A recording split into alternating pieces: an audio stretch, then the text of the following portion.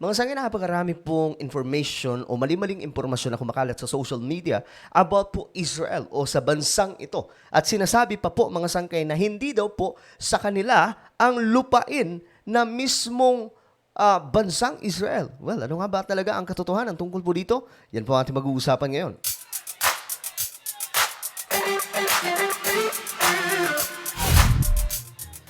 Nako, mga sangay, napakagandang pag-usapan nito dahil nga po nagkalat ang napakaraming mali-maling information. But anyway, before we start guys, paki-subscribe po muna yung ating channel. Sa baba po ng video na to, may makikita po kayong subscribe button. Pindutin nyo lamang po yan, tapos i-click nyo yung bell at i-click nyo po yung all. Ulitin ko, click the subscribe down below, click the bell and click all. At kung kayo ay nanonood sa Facebook, huwag nyo pong kalilimutan na i-follow ang ating Facebook page. Thank you so much. Ngayon mga sangay, ito pag-usapan po natin. But before we start guys, basahin po muna natin itong isa sa mga verse sa Biblia. Okay? Sa Bible muna tayo dahil hindi naman po tayo, hindi tayo Hudyo, hindi rin po tayo Muslim, mga sangkay. So, ang hawak po nating book ay Bible. Pero mamaya, mga sangkay, kukumpara po natin. Ang Jewish, meron po silang Torah. Ang Muslim ay mayroon din po silang Quran. Ngayon, ano ka ba talaga ang sinasabi ng mga librong ito? Dahil itong tatlong libro, mga sangkay, ay halos magkakarugtong lamang po talaga ang kasaysayan. Well, in 1 Chronicles chapter 16 verse 14 to 18, the Bible says, He is the Lord our God. His judgment are in all the earth. Remember His covenant forever, the word that He commanded for 1,000 generations. The covenant that He made with Abraham, His sworn promise to Isaac, which He confirmed as a statute to Jacob, as an everlasting covenant to Israel, saying, To you I will give the land of Canaan as your portion of or for an inheritance. So yan po, mga sangkay. Mamaya, babalikan mo natin ang verse na ito. Okay? Sino nga ba talaga ang tunay na may-ari? Ngayon, ang dami ko nakita mga video, mga sangkay, na mismo mga Muslim. Sila po mismo ang nagpapaliwanag na ang Israel ay talagang sa mga Hudyo, sa kanila. Kasi dami pong mga maling impormasyon na kumakalat, mga sangkay. Well, ito, lagaya po na ito, isa po sa nag-correct tungkol dito. Isa pong proud, pure Muslim. Ito, panoorin po natin. Viewing Mia Khalifa's misinformation on history. Israel has only been a state since 1948. Palestine is thousands of years old. Sorry, Ito, kinorek. Mia, you are wrong. You are wrong. Israel is 3,000 years old, 75 years young. And this is not coming from a Jew, but from a proud Muslim. Hindi nanggagaling ang salitang ito or information sa Hudyo or Jewish, kundi galing po sa proud Muslim. Ito, panoorin ulit po natin. Years old. Sorry, Mia, you are wrong. Israel is 3,000 years old, 75 years young. And this is not coming from a Jew, but from a proud Muslim. Okay, magandang punto ito na isinalaysay kaagad niya, mga sangkay, na siya po ay proud Muslim. The prophets of God whom I believe in were Israelites. A significant number of these prophets disseminated their teachings in the land of Canaan. Land of Canaan. Nabasa natin yan kanina, mga sangkay, di ba? Land which Joshua bin Nun later renamed Israel. Yun.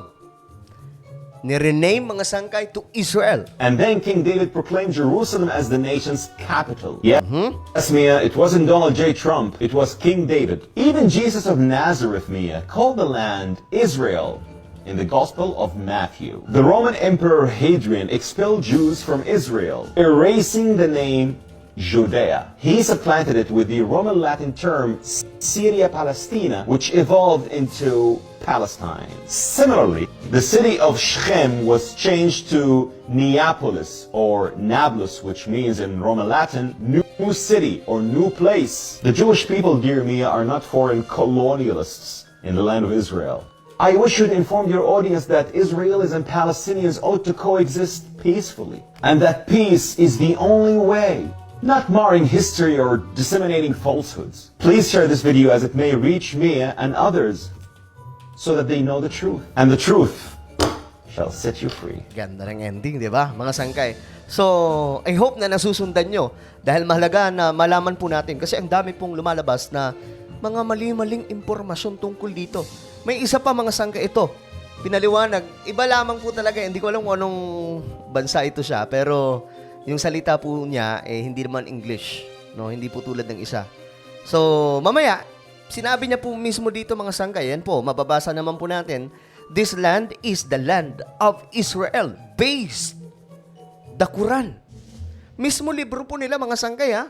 Ito, mga Muslim mismo ang nagpapaliwanag. Pero mayroon din pong mga ilan na may alam po sa kasaysayan. Ito, panoorin po natin. Teka lang. Okay. If Israel just allowed the Palestinians to have a state of their own, there would be peace in the Middle East, right? That's what you hear from UN ambassadors, European diplomats, and most college professors. But what if I told you that Israel has already offered the Palestinians? Okay. Medyo mahaba po ang video na to mga sangkay dahil siguro gawan po natin ng separate na vlog. Pero ito muna tayo mga sangkay. Babalikan po natin yan sa susunod na vlog.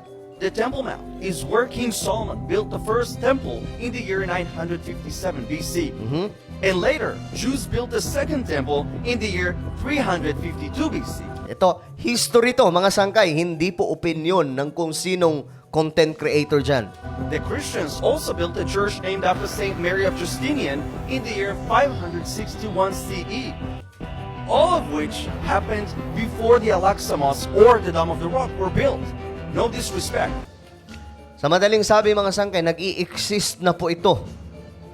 Wala pa po ang mga nakapaligid sa Israel. O, ito pa mga sangkay, para po madagdagan po yung impormasyon. I don't think people understand the history there. The Jews have been in that area of the world since about 1200 BC. Tingnan nyo yung yung taon mga sangkay. Way before the first Muslim or Arab walked the earth. 1,000 years before. I mean, Jerusalem Nandyan na po ang Israel ng mahabang panahon, mga sangkay. was their capital. Okay, so if it's just about who got there first, it's not even close.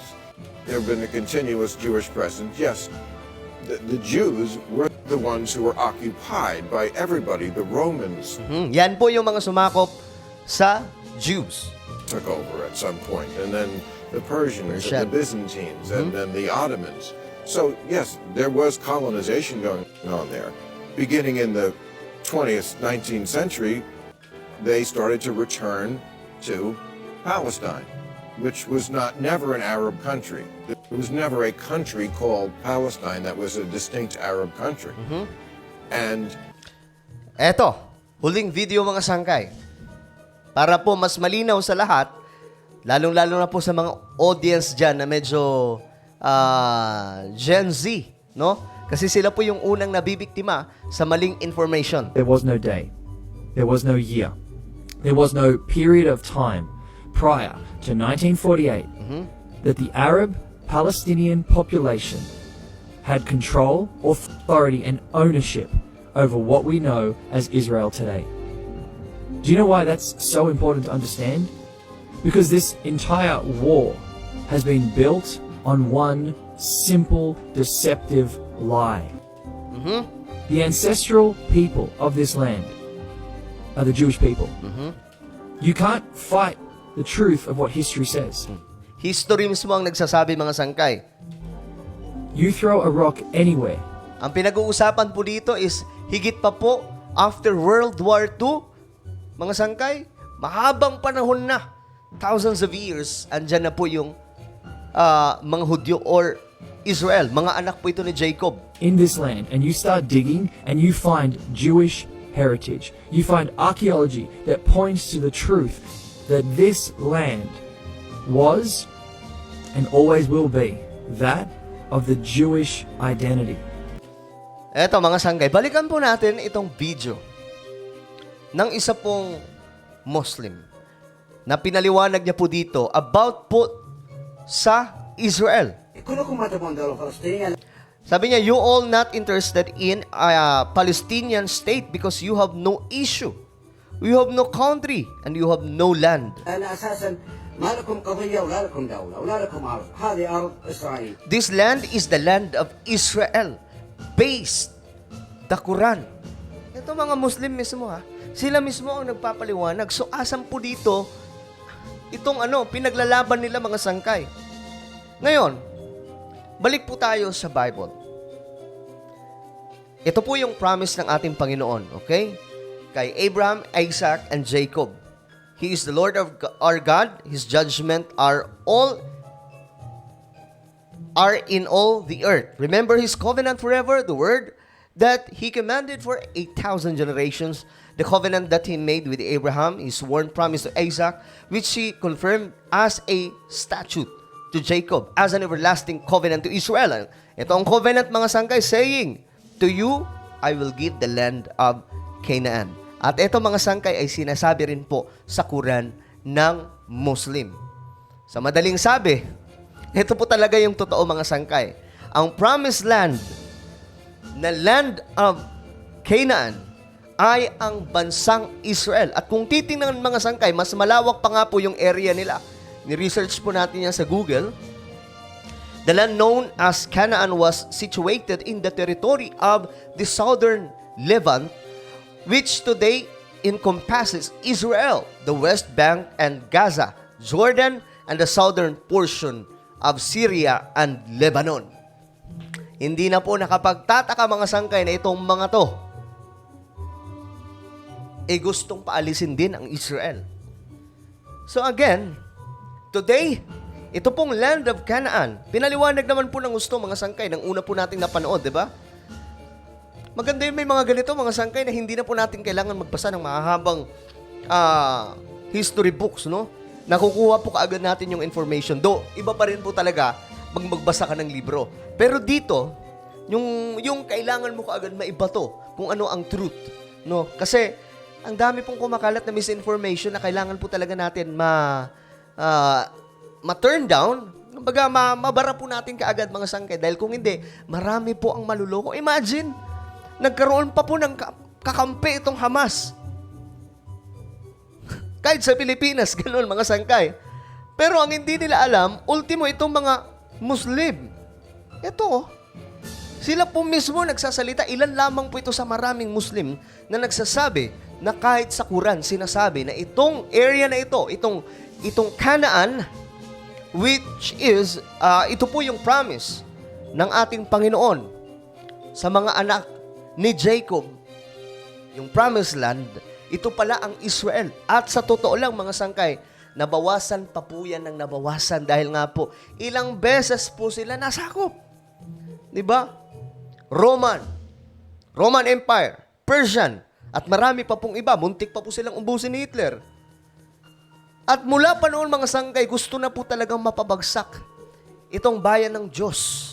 Diba? Remember, naging slave po sila sa panahon po ng pamamayagpag ng Pharaoh sa Ehipto. Ngayon mga sangkay, mas malinaw na po sa ating lahat. Lalong-lalo na po, mayroon po tayong reference mula po sa history at lalong-lalo na po sa Biblia. Ayan po, hinighlight ko ng mga sangkay.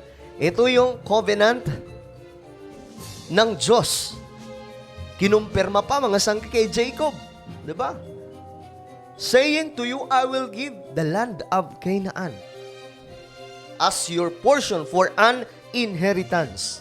I hope that we can now understand what is the truth about this issue na kumakalat po sa social media na itong Israel ay hindi talaga sa Jewish, na hindi talaga sa Hudyo. May kumakalat pa po ng mga mali-maling impormasyon na itong mga Hudyo daw ay hindi totoong Hudyo, mga peke na raw.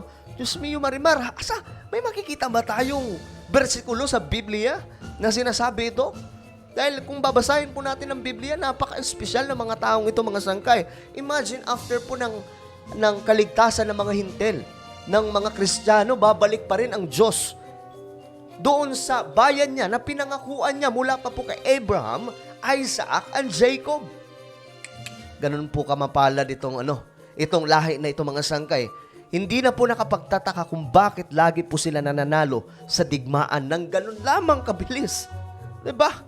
Well, what is your opinion mga sangkay sa ating pinag-usapan? I hope na malinaw na po sa ating lahat ngayon. Please, pakishare po ang video na to para po magkaliwanagan na. Dahil mismo mga Muslim ang nagsalita tungkol po dito sa issue ng Israel occupation. Alright. And now guys, I invite you to please subscribe my YouTube channel, Sangkay Revelation. Hanapin nyo po ito sa YouTube at kapag nakita nyo na, click the subscribe, click the bell, and click all. So ako na po ay magpapaalam hanggang sa muli. This is me, Sangkay Janjan. Palagi nyo pong tatandaan that Jesus loves you. God bless everyone.